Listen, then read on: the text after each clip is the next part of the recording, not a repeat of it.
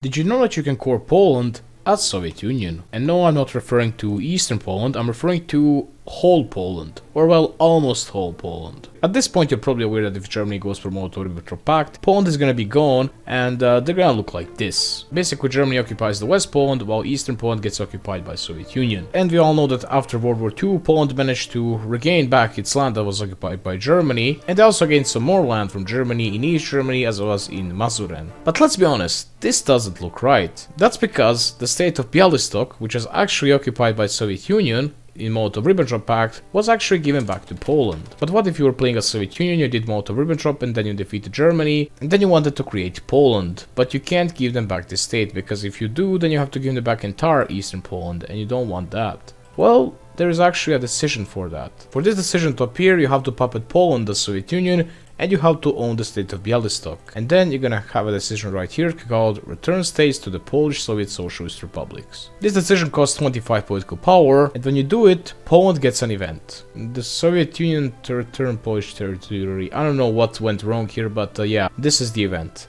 Poland can pick the first or the second option. First option removes 250 autonomy from them and they get 5% communist support, but they get to own the state of Bialystok. They also have the second option, which is we don't accept charities. This will actually give 250 autonomy to Poland, but on top of that they're gonna lose the core in the state. Instead they're gonna claim it, and on top of that Soviet Union is actually gonna core it.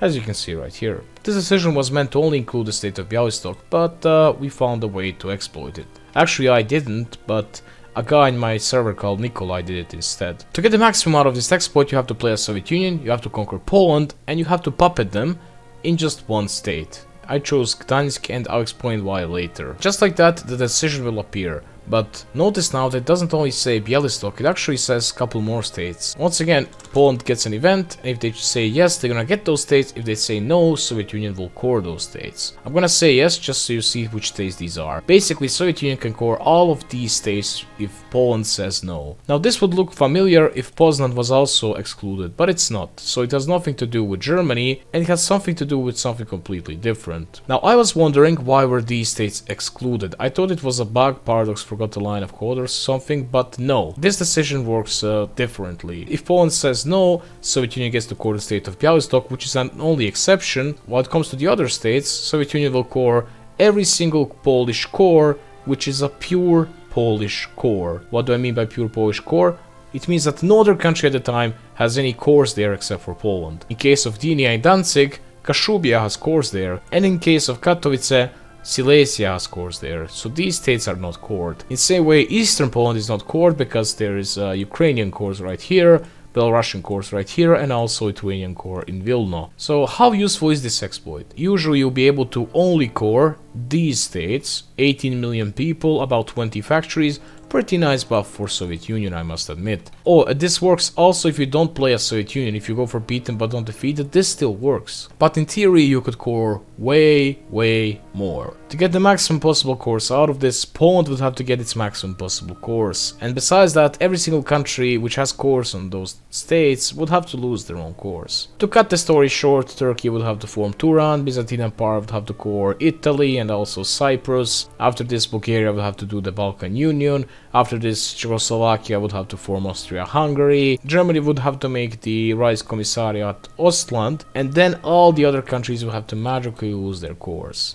With talk to Poland, we have literally no occupied territories. How would you do this? Well, with commands you'd have to, for example, annex this country as Estonia and then release them as Estonia, which means you would lose your own cores. This could be technically done in multiplayer with hot join if people just kept joining in and then releasing themselves and losing their own cores. But in theory it's possible, but in single player it's absolutely impossible unless you cheat. Or if you take like a very long period of time until 1980 or something like that. Now the Soviet Union would simply have to own all the land that Poland has cored, and they'd have to puppet them in only one state.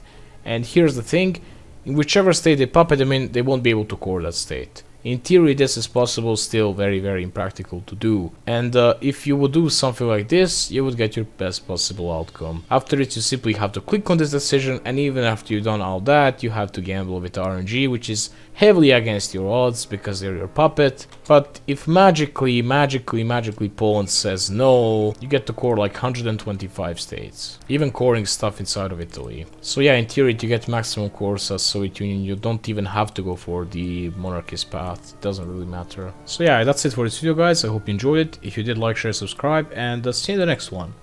Bye.